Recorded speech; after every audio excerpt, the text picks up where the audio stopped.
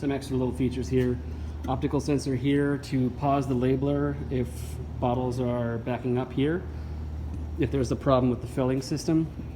Here is an optical sensor where if the beam is the beam should be interrupted. This one works opposite the sensor on the other side of the line. So you get continuous operation when the beam is interrupted. If there's a lack of bottles here, the machine will stop. So sometimes we bypass this just by turning it that way. Now, if you have, I mentioned if you have bottles misfeed, you'll have an error that it'll pause the machine, allow you to remove the bottle and then rotate this to its correct orientation. These spin like that, and they'll click into place when they're in the proper orientation.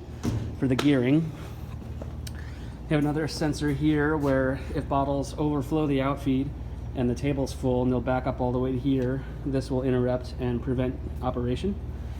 And then once that clears, it will automatically clear. We also have sensors for bottle caps. Okay, so there's an optical sensor here that checks to make sure there's caps in the chute. And all these little compressed air hookups are controlling little solenoid valves. And this is like a little air blower that shoots a cap in underneath where the magnet is. It's a 26mm cap.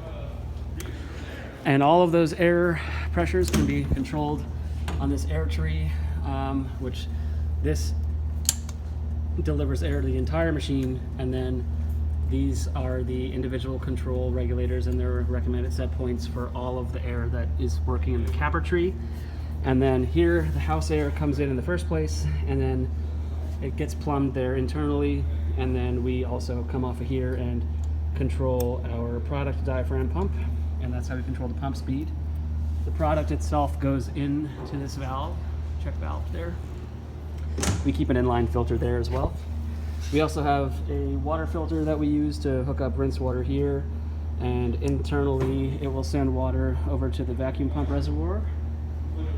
And in addition, we have the compressed air here, which is going to that.